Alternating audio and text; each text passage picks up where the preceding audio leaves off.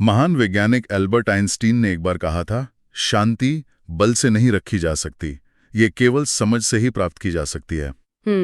और आज हम एक ऐसी ही स्थिति पर बात करने जा रहे हैं जहां चंद शब्दों ने बल के प्रदर्शन को जन्म दिया और समझ की जगह ऐतिहासिक घावों ने ले ली। बिल्कुल, एक बयान और उससे चीन के इंटरनेट पर आया भूचाल। हाँ, जापान की नई प्रधानमंत्री सनाए तकाइची की एक टिप्पणी ने चीन जापान के रिश्तों में एक नई बहस छेड़ दी है। आज हम इसी घटना की परतों को खोलेंगे और यह समझना जरूरी है कि ये सिर्फ एक कूटनीतिक विवाद नहीं है, नहीं, बल्कि ये दिखाता है कि कैसे इतिहास, राष्ट्रीय पहचान और भविष्य की महत्वाकांक्षाएं आज भी इस क्षेत्र की राजनीति को शेकिल दे रही हैं। बिल्कुल।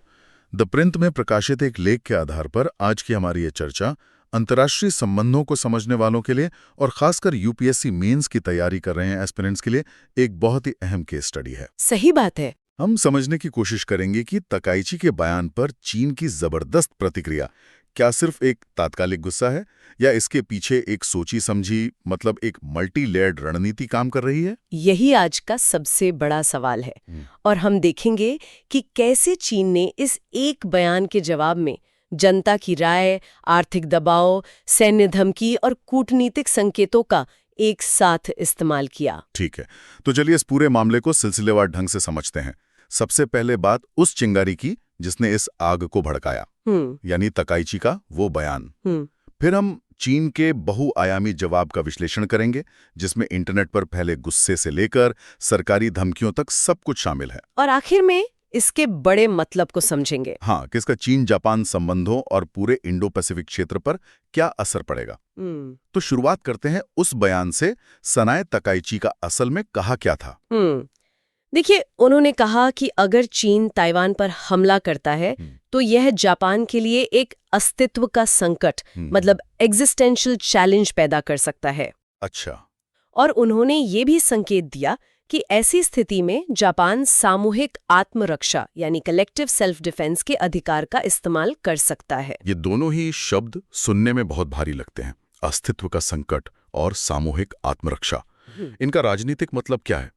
क्या ये सिर्फ बयानबाजी है या इससे ज्यादा कुछ? ये सिर्फ बयानबाजी से कहीं ज्यादा है और यहाँ दिलचस्प बात यह है कि ये शब्द बहुत सोचे समझे हुए हैं। जापान का संविधान, जिसे शांतिवादी संविधान भी कहते हैं, वो अपनी सेना के इस्तेमाल पर बहुत सख्त सीमाएं लगाता है। हाँ, बिल्कुल। अस्तित्व का संकट और सामूहिक आत्मरक्षा वो कानूनी शर्तें हैं जिनका इस्तेमाल करके जापान इन सीमाओं को लांघ सकता है और अपने किसी सहयोगी देश की रक्षा के लिए सैन्य कार्रवाई कर सकता है। तो ये बयान सीधे तौर पर जापान की दशकों पुरानी सुरक्षा नीति में एक बहुत बड़े बदलाव का संकेत है। मतलब ये चीन की वन चाइना पॉलिसी और ताइवान को लेकर उसकी जो रेड लाइंस हैं उसे सीधी चुनौती है कि बयान के तौर पे नहीं देख रहा, वो इसे जापान की सैन्य रणनीति में एक बुनियादी बदलाव के संकेत के रूप में देख रहा है। और यही वजह है कि इसकी प्रतिक्रिया इतनी तेज और चौतरफा थी। और ये प्रतिक्रिया सबसे पहले दिखी चीन के इंटरनेट पर। ये बयान आते ही चीन के सर्च इंजन बाइडू पर टॉप ट्रेंड बन गया। हाँ, और सोशल मीडिया पर तो जैसे आग ही लग गई। तकाइची को लेकर बेहद अपमानजनक भाषा का इस्तेमाल किया गया, उन्हें दुष्ट चुड़ैल तक कहा गया। और ये सिर्फ कुछ लोगों का गुस्सा नहीं था, है ना? नहीं, इसे एक संगठित ऑनलाइन अभियान की तरह हवा दी गई। वेबो, जो चीन का ट्विटर जैसा प्लेटफॉर्म है, उस पर कई हैशटैग चले। एक था चीन को जापान पर हमला करने का कानूनी अधिकार है। बाप रे। पर सबसे ज्यादा ध्यान खींचने वाला हैशटैग था सनाए तकाइची की बातें 90 साल पहले की याद दिलाती हैं।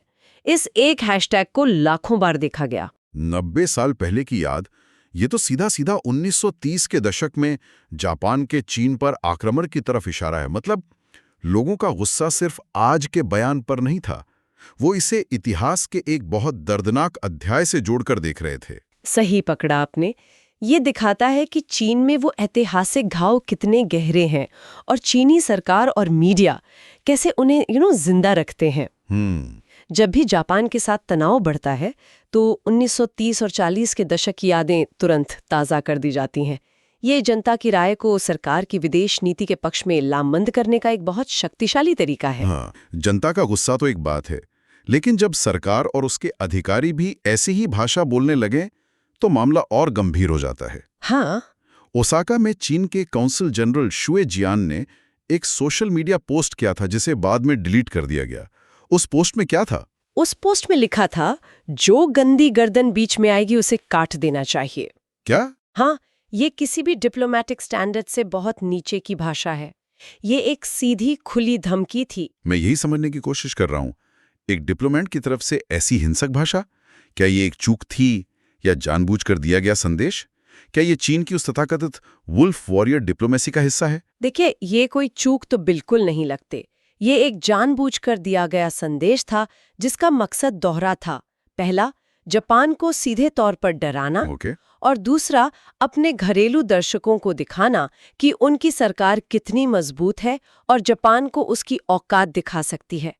इस तरह के संदेशों को बिलिबिली और ज़ीहू जैसे प्लेटफॉर्म पर राष्ट्रवादी पोस्ट के जरिए और हवा दी गई। अच्छा। एक पोस्ट में तो यहाँ तक लिखा गया, अगर सिर काटना सिर्फ एक एपेटाइजर है तो राष्ट्र का विनाश जापानी शरीर के लिए बेहतर भोजन है। ये तो वाकई चौंकाने वाला है।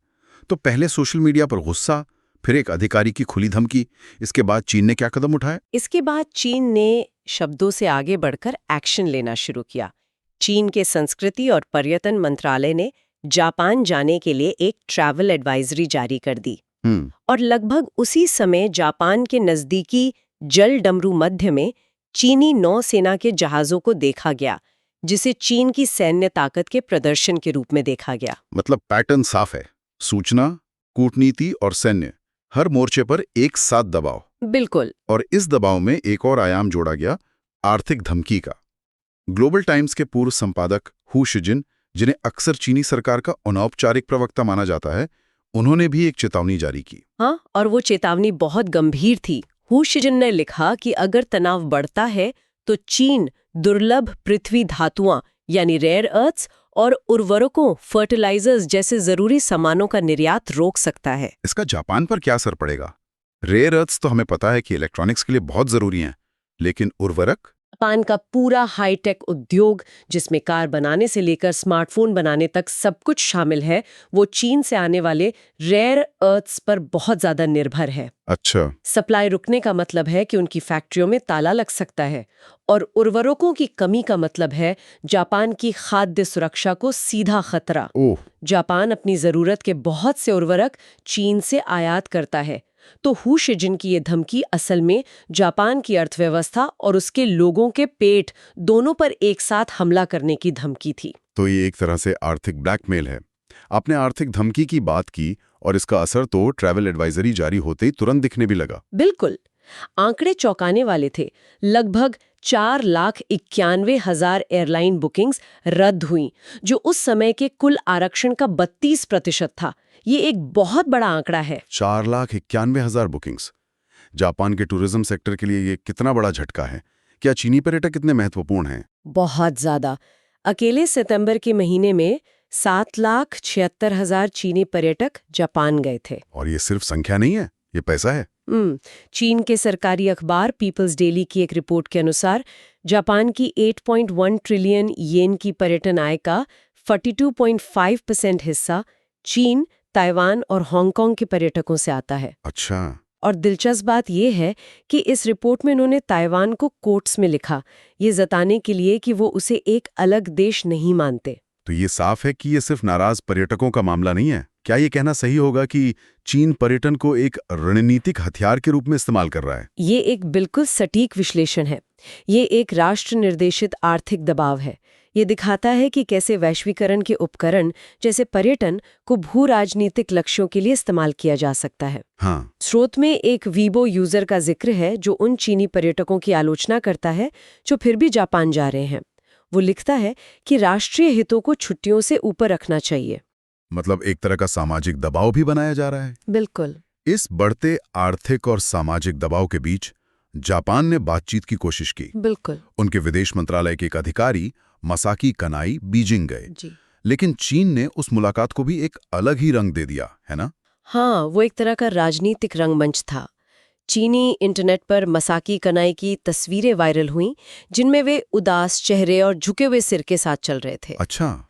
चीनी मीडिया ने इन तस्वीरों का इस्तेमाल अपने घरेलू दर्शकों के लिए कहानी गढ़ने के लिए किया, कहानी ये थी कि जापान ने अपनी गलती मान ली है और चीन की ताकत के आगे झुक गया है। मतलब ये पूरी तरह से नैरेटिव को नियंत्रित करने का खेल है, बिल्कुल, जिसमें चीन अब माहिर हो चुका है। तो चीन की ये इतनी तीखी, इतनी सुनियोजित प्रतिक्रिया, चाहे वो सोशल मीडिया हो, धमकियां हो या आर्थिक दबाव, क्या इसकी असली जड़ आज में नहीं बल्कि इतिहास में है? बिल्कुल। तकाइची के अस्तित्व का संकट शब्द चीनियों के लिए एक ट्रिगर की तरह है। ये उन्हें सीधे 1930 और 1940 के दशक के जापानी सैन्यवाद और आक्रमण की याद दिलाता है, जिसने चीनी जनमानस पर बहुत गहरे घाव छोड़े हैं। चीन में कई टिप्पणीकारों ने बताया कि इसी तरह की भाषा का इस्तेमाल उस दौर में भी जापान ने चीन पर आक्रमण को सही ठहराने के लिए किया था।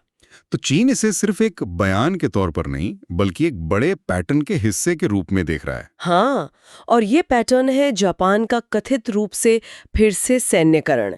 वे इसे पूर्व प्रधानमंत्री शिंजो आबे युग की सुरक्षा सोच के पुनरुत्थान के रूप में देखते हैं। अच्छा, आबे ने ही जापान के शांतिवादी संविधान की पुनर्व्याख्या करने की कोशिश की थी ताकि जापान विदेशों में सैन्य भूमिका निभा सके। चीन को डर है कि तकाइची उसी रास्ते पर आगे बढ़ रही हैं। तो ये सिर्फ ताइवान के बारे में नहीं है। नहीं, ये जापान के भविष्य की दिशा के बारे में चीन की गहरी चिंताओं को दर्शाता है। ये ऐतिहासिक संदर्भ इस मुद्दे की गहराई को समझने के लिए बहुत महत्वपूर्ण है। स्रोत में एक दिलचस्प विरोधाभास का भी जिक्र है। एक वीबो पोस्ट में कहा गया कि शायद ये घटना ताइवान के चीन के साथ एकीकरण की प्रक्रिया को और तेज कर दे।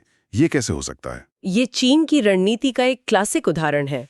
वे बाहरी दबाव का इस्तेमाल ताइवान पर अपने दावे को और मजबूत करने के लिए करते हैं। अच्छा, उनका तर्क ये है कि जापान और अमेरिका जैसा विदेशी हस्तक्षेप जितना बढ़ेगा उतना ही जरूरी हो जाएगा कि ताइवान का चीन के साथ पुनर्मिलन जल्द से जल्द हो ताकि इस क्षेत्र में स्थिरता लाई जा सके। वे एक बाहरी खतरे का डर दिखाकर घरेलू एकता और राष्ट्रीय लक्ष्यों को बढ़ावा देते हैं। तो आज की इस विस्तृत चर्चा को अगर हम समेटें तो सार ये है कि जापान के प्रधानमंत्री की एक टिप्पणी ने चीन की तरफ से एक बहुआयामी और शक्तिशाली प्रतिक्रिया को जन्म दिया। इस प्रतिक्रिया में जनता की राय, आर्थिक दबाव, सैन्य धमकी और कूटनीतिक संकेतों का एक साथ इस्तेमाल किया गया और इस सब पर ऐतिहासिक शिकायतों का गहरा साया था। अंतिम विश्लेषण यही है कि ये घटना चीन की गहरी असुरक्षा और चिंताओं को दर्शाती है, चाहे वो जापान की इंडो पैसिफिक में बढ़ती भूमिका हो या ताइवान को बढ़ता अंतर्राष्ट्रीय समर्थन। सही। और ये भी दिखाता है कि बीजिंग अपनी लाल रेखाओं को लागू करने के लिए पर्यटन, सप्लाई चेन और प्रवासी नेटवर्क जैसे गैर पारंपरिक उपकरणों का उपयोग करने के लिए पूरी तरह से तैयार है। यह आधुनिक दौर में महान शक्तियों के बीच प्रतिस्पर्धा का एक सटीक केस स्टडी है, जिसमें आर्थिक, सूचनात्मक और मनोवैज्ञानिक युद्ध पारंपरिक सैन्य शक्ति जितना ही महत्वपूर्ण हो गया है। आपने कहा कि चीन पर्यटन और सप्लाई चेन जैसे गैर सैन्य उपकरणों को हथियार बना रहा है। इस वैश्वीकृत दुनिया को देखते हुए ये सोचने पर मजबूर करता है कि 21वीं सदी में राष्ट्र अपने रणनीतिक हितों को आगे बढ़ाने के लिए और किन गैर सैन्य हथियारों का इस्तेमाल कर सकते हैं। ये एक ऐसा सवाल है जिस पर शायद हम सभी को विचार करना चाहिए। बिल्कुल। अगर आपको अंतर्राष्ट्रीय संबंधों पर हमारी ये गहन चर्चा पसंद आई तो इस शो को लाइक और सब्सक्राइब करना ना भूलें। इस विषय पर आपके कोई सवाल या विचार हैं तो हमें कमेंट्स में जरूर बताएं। हम अगली बार फिर मिलेंगे एक नए विषय के साथ।